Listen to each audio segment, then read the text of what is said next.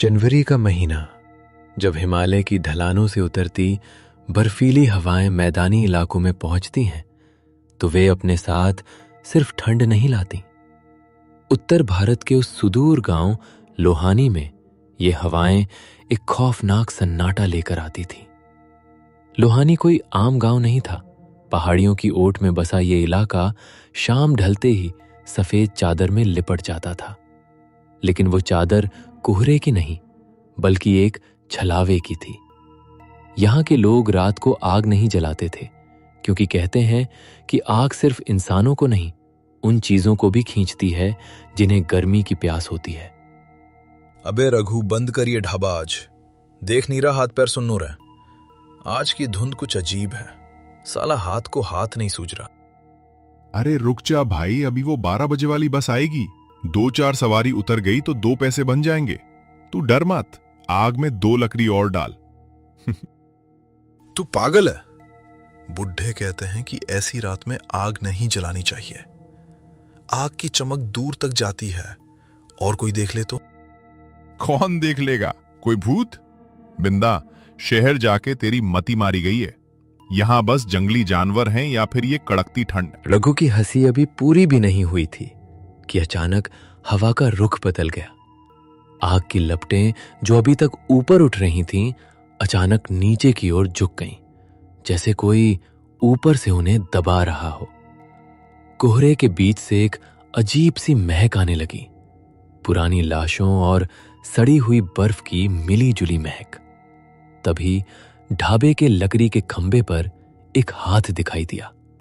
वो हाथ हाड़ मांस का नहीं लग रहा था। उसकी खाल सूखी हुई और नीली थी, जैसे उसे हफ्तों तक बर्फ में दबा कर रखा गया हो। बड़ी मेहरबानी, बड़ी आग सुलगाई है तुमने। अरे आप कहां से आए बाबा? इस वक्त तो कोई बस भी नहीं रुकी यहां। रघु, इसके पैरों की तरफ देख। इसके पैर कोहरे में दिख क्यों नहीं रहे? पैर तो वही रह गए जहां मेरा बदन छूट गया था बेटा। अब तो बस ये ठंड बची है और ये आग की तलाश। बाबा, आप क्या कह रहे हैं? चाय पिएंगे? मैं अभी बनाता हूं। चाय नहीं, मुझे बस थोड़ी सी गर्मी चाहिए। क्या तुम मुझे अपनी थोड़ी सी गर्मी दोगे? उस अजनबी ने जैसे ही अपना सिर ऊपर उठाया, रघु और बिंदा की चीखें हलक में ही फंस गईं। अलाव की आग अचानक पीली से नीली पड़ने लगी। बिंदा ने देखा कि जिस लकड़ी को आग जला रही थी, उस पर अब पाला जमने लगा था। वो ठंड का छलावा उनके सामने बैठा था। रघु भाग! ये इंसान नहीं है, ये वही है जिसके बारे में दादी कहती थी। मेरा पैर, बिंदा, मेरा पैर नहीं हिल रहा। ये जमीन से चिपक गया है। कहां जाओगे? बाहर तो और भी ठंड है। मेरे पास आओ, मैं तुम्हें जमा दूंगा ताकि तुम्हें कभी दर्द ना हो। बिंदा ने पूरी ताकत लगाकर रघु का हाथ खींचा, लेकिन रघु का शरीर पत्थर की तरह भारी और ठंडा हो चुका था। ढाबे की छत पर जमी बर्फ अब तेजी से नीचे गिरने लगी थी। बिंदा समझ गया था कि अगर वो एक पल और रुका तो वो भी हमेशा के लिए बर्फ की मूरत बन जाएगा। वो पागलों की तरह अंधेरे कोहरे की ओर भागा। पीछे मुड़कर देखने की हिम्मत उसमें नहीं थी। उसे सिर्फ रघु की एक दबी हुई सिसकी सुनाई दी, जो कोहरे में कहीं विलीन हो गई। बिंदा के फेफड़े फट रहे थे। बर्फीली हवा जब उसके गले से होकर गुजर रही थी, तो उसे ऐसा लग रहा था जैसे कोई उसके अंदर कांच के टुकड़े भर रहा हो। पीछे ढाबे का सन्नाटा अब एक भयानक शोर में बदल चुका था। हवा के साए साए करने की आवाज और रघु की वो आखिरी अधूरी चीख। बिंदा भागते हुए गांव की मुख्य गली में पहुंचा। यहां सब कुछ शांत था, लेकिन यह शांति सुकून देने वाली नहीं, बल्कि डराने वाली थी। हर घर के दरवाजे भीतर से बंद थे और चौखटों पर काली राख बिखरी हुई थी। उसे याद आया, लोहानी के लोग रात को दरवाजे पर राख क्यों डालते थे।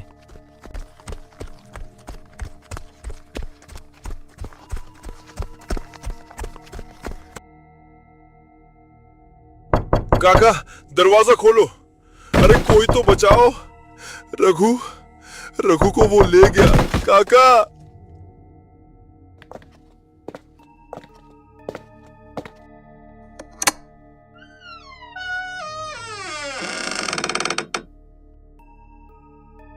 कौन है? बिंदा, तू इस वक्त बाहर क्या कर रहा है मूर्ख?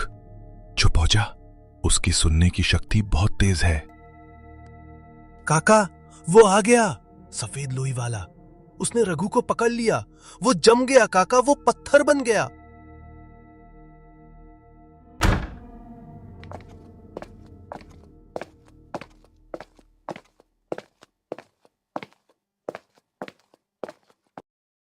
सांस ले पहले और ये बता, क्या तूने उसकी आंखों में देखा? नहीं काका, मैंने बस उसकी नीली परछाई देखी। वो आग से ठंडक निकाल रहा था।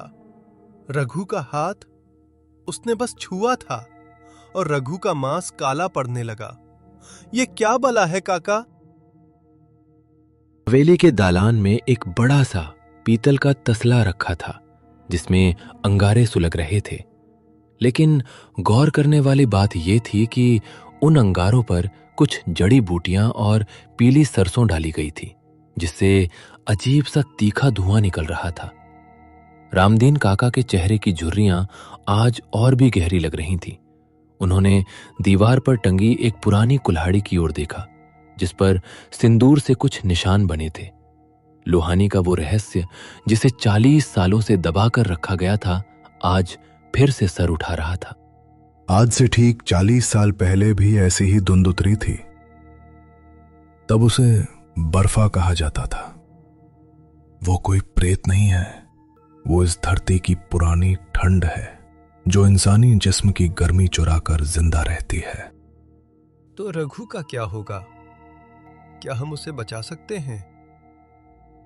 अगर वो पूरी तरह पत्थर बन गया तो उसकी रूह उसी कोहरे का हिस्सा बन जाएगी। और सुन बिंदा, वो अकेला नहीं आता। जब छलावा आता है तो वो अपनों की आवाज में अपनों को ही पुकारता है। बिंदा, ओ बिंदा, यार दरवाजा खोल, मैं बच निकला। बहुत ठंड लग रही है भाई, देख मैं कांप रहा हूं, मुझे अंदर ले ले। रघु? काका, ये तो रघु है, वो बच गया। मुझे खोलना होगा। पागल मत बन, ध्यान से सुन उसकी आवाज को। बिंदा रुक गया। उसने कान लगाकर दरवाजे के बाहर की आवाज सुनी। रघु की आवाज तो वैसी ही थी, लेकिन हर शब्द के अंत में एक धातु जैसी खनक थी, जैसे बर्फ के 2 टुकड़े आपस में रगड़ रहे हों।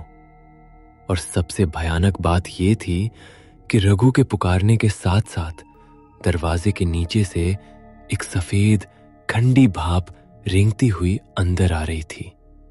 वो भाप फर्श पर जमी धूल को बर्फ में बदल रही थी। बिंदा, तू मेरा दोस्त है ना? देख, मेरी उंगलियां टूट कर गिर रही हैं। मुझे थोड़ी सी आग दे दे, बस थोड़ी सी गर्मी। चला जा यहां से। इस घर में आग नहीं, सिर्फ मौत मिलेगी तुझे। यहां की चौखट पर लोहबान और राख का पहरा है। राख उड़ जाएगी, आग बुझ जाएगी, और जब सवेरा होगा तो लोहानी एक कब्रिस्तान होगा। बाहर सन्नाटा छा गया, लेकिन वो सन्नाटा और भी खतरनाक था। रामदीन काका ने बिंदा की ओर देखा। उनकी आंखों में डर नहीं, बल्कि एक कठिन फैसला था। उन्हें पता था कि छलावा तब तक नहीं रुकेगा जब तक वो गांव के हर घर की गर्मी नहीं सोख लेता। उसे रोकने का सिर्फ एक ही रास्ता था, और वो रास्ता गांव के पुराने कब्रिस्तान की एक गुमनाम कब्र से होकर जाता था। हवेली के अंदर का तापमान भी अब धीरे धीरे गिरने लगा था। दीवालों पर जमी नमी बर्फ की पतली सुइयों में बदलने लगी थी। रामदीन काका जानते थे कि अगर वे सूरज उगने का इंतजार करेंगे तो सुबह तक इस गांव में कोई जिंदा नहीं बचेगा। छलावा अपनी पूरी ताकत के साथ गांव को अपने घेरे में ले चुका था।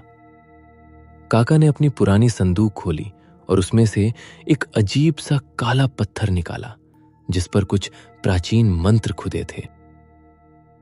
काका, बाहर जाना मौत को बुलावा देना है। वो बाहर ही खड़ा होगा। वो बाहर खड़ा नहीं है बिंदा, वो अब गांव की रगों में दौड़ रहा है। हमें पुराने ऊसर जाना होगा। वहीं उस तिलिस्मी बाबा की मजार है जिसने 40 साल पहले अपनी जान देकर इस बला को कैद किया था। लेकिन हम बाहर निकलेंगे कैसे? दरवाजा खोलते ही वो हमें दबोच लेगा। हम मुख्य द्वार से नहीं, पिछवाड़े के उस गुप्त रास्ते से निकलेंगे जो सीधा अखाड़े की तरफ जाता है। याद रख बिंदा, रास्ते में चाहे कोई भी पुकारे, चाहे तेरा बाप या तेरी मां की आवाज आए, पीछे मुड़कर मत देखना। अगर तू रुका तो तू जम जाएगा।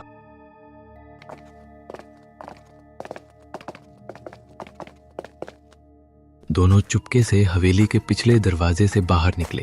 बाहर का नजारा देख बिंदा का कलेजा मुंह को आ गया। पूरा गांव जैसे किसी सफेद समंदर में डूब गया था। कोहरा इतना घना और भारी था कि वो धुएं की तरह नहीं बल्कि गीली रुई की तरह शरीर से चिपक रहा था। हर कदम पर ऐसा लगता था जैसे कोई अदृश्य हाथ उनके पैरों को पकड़कर खींच रहा हो। सन्नाटा ऐसा था कि उनके खुद के दिल की धड़कनें किसी नगाड़े की तरह गूंज रही थीं। बिंदा, बेटा रुक जा, देख तेरे पैर जम रहे हैं। मेरे पास आ, मैं तुझे अपनी गोद में छुपा लूंगी। बहुत ठंड है ना मेरे लाल। माँ? काका, वो देखो माँ खड़ी है। वो तो मर चुकी थी, फिर यहाँ। चल देख मत उसकी तरफ, वो तेरी मां नहीं, वो छलावा है जो तेरी यादों से रूप चुरा रहा है। अपनी आंखें जमीन पर रख और बस चलते रह। पर काका, वो रो रही है। वो रो नहीं रही, वो तेरे जिस्म का खून ठंडा करने के लिए जाल बिछा रही है। भाग!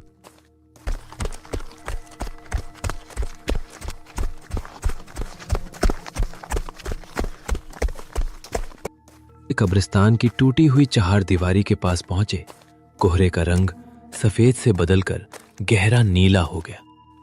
वहां की हवा में बर्फ के महीन कण तैर रहे थे जो त्वचा को किसी ब्लेड की तरह काट रहे थे। सामने तिलिस्मी बाबा की पुरानी मजार दिखाई दे रही थी, लेकिन उस मजार के ऊपर वही सफेद लोई वाला अजनबी बैठा था। उसके हाथ में एक इंसानी खोपड़ी थी जो पूरी तरह बर्फ की बन चुकी थी। वो उन्हें देखकर धीमे धीमे हिलने लगा जैसे कोई झूला झूल रहा हो। रामदीन, तू फिर आ गया। पिछली बार तूने अपने भाई की बलि देकर मुझे रोका था। इस बार इस मासूम लड़के को लाया है। इसकी गर्मी तो बहुत ताजा है। इस बार मैं बलि देने नहीं, तुझे उस नर्क में वापस भेजने आया हूं जहां से तू निकला है। देख अपने चारों तरफ, तेरे गांव के लोग अब मेरी ठंड का हिस्सा बन रहे हैं। तभी बिंदा ने देखा कि कब्रिस्तान की जमीन से धीरे धीरे कई आकृतियां उभर रही थीं। ये गांव के वे लोग थे जो पिछले कुछ घंटों में गायब हुए थे।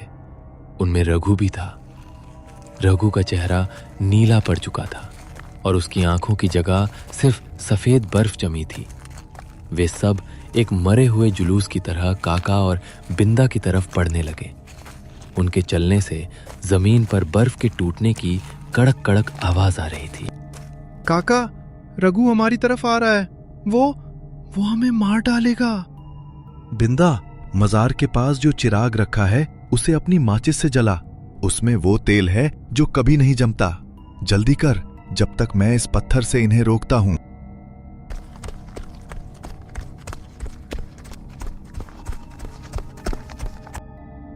काका, माचिस गीली हो गई है, आग नहीं जल रही। छलावा अब मजार से नीचे उतर चुका था। वो हवा में तैरते हुए बिंदा की ओर बढ़ रहा था। उसके शरीर से निकलने वाली ठंड इतनी भीषण थी कि बिंदा की पलकें आपस में चिपकने लगी थीं। मौत अब सिर्फ कुछ इंच की दूरी पर थी। कब्रिस्तान की वो जमीन अब किसी शमशान नहीं बल्कि एक बर्फ की झील जैसी लग रही थी। बिंदा के हाथ थरथरा रहे थे। ठंड इतनी बढ़ चुकी थी कि उसकी माचिस की तीलियां जैसे ही वो जलाता, वातावरण की नमी और छलावे की मौजूदगी उन्हें बुझा देती। उधर रामदीन काका अकेले उन दर्जनों जमे हुए लोगों से जूझ रहे थे। रघु, जो कभी काका के साथ बैठकर चाय पीता था, अब एक बेजान पुतले की तरह काका की गर्दन दबोचने की कोशिश कर रहा था। नहीं जल रही काका, ये माचिस काम नहीं कर रही।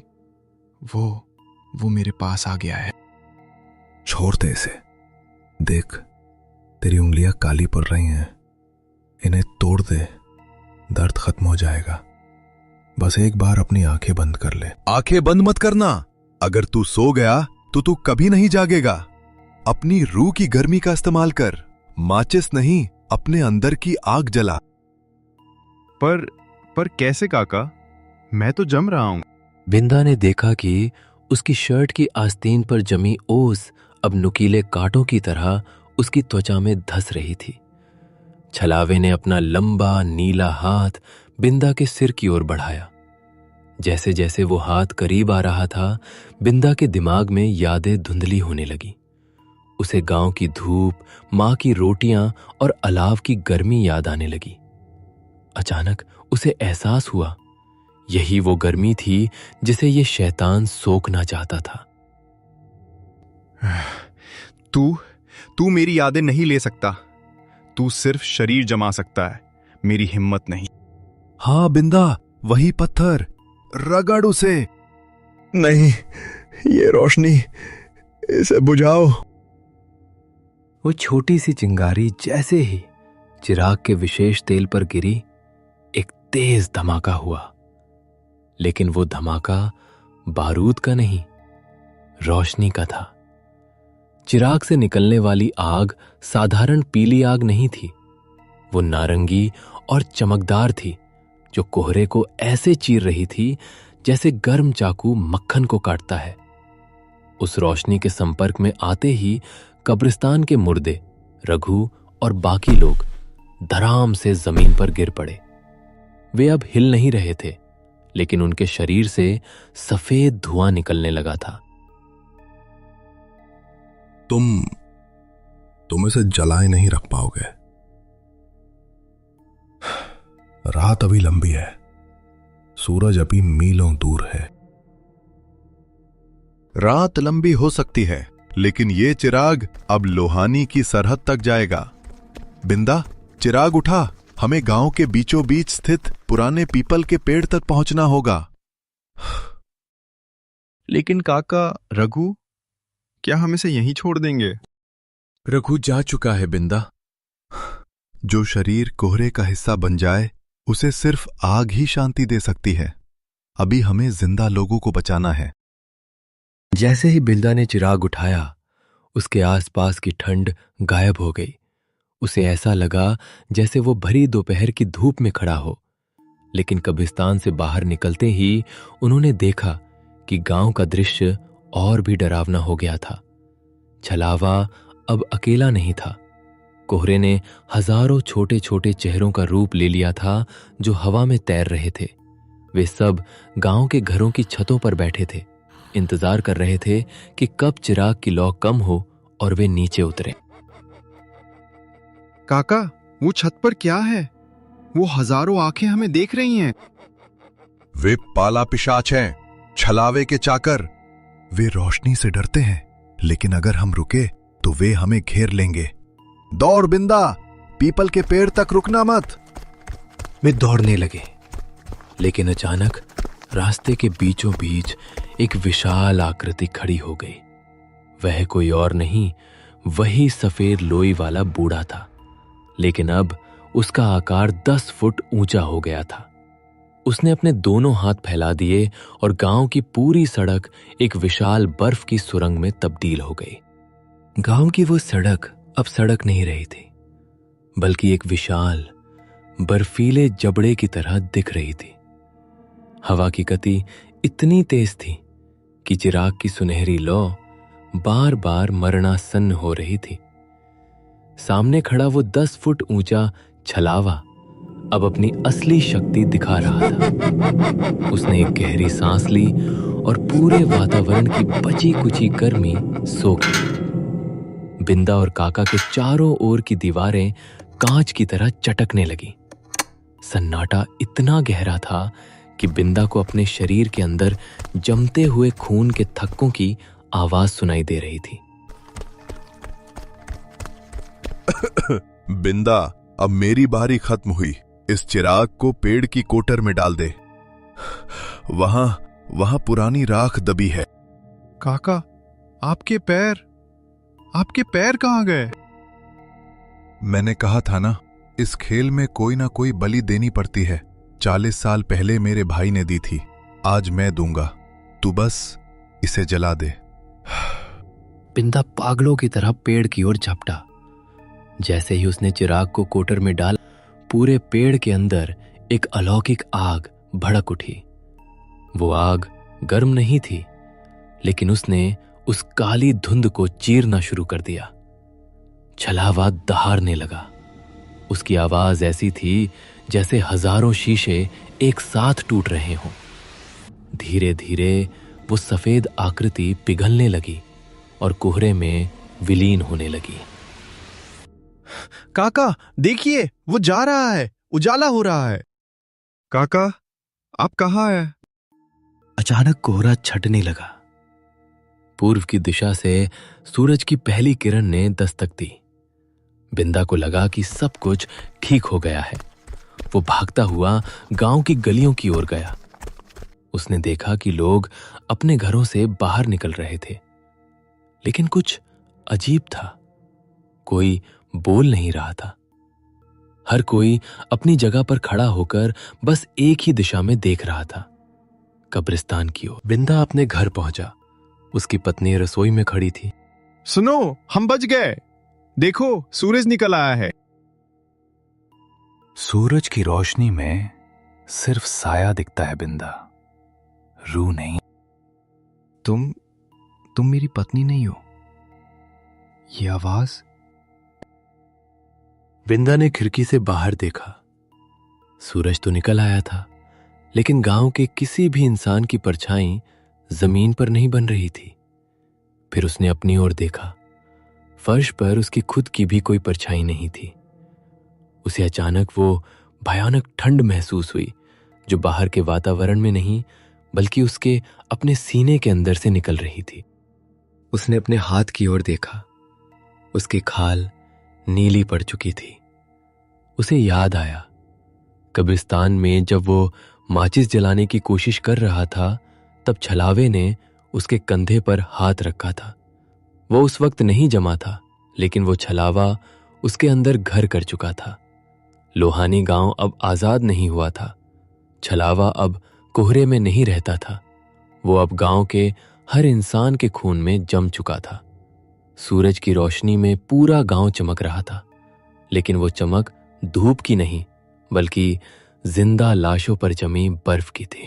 और उस रात के बाद लोहानी गांव का रास्ता नक्शे से हमेशा के लिए गायब हो गया।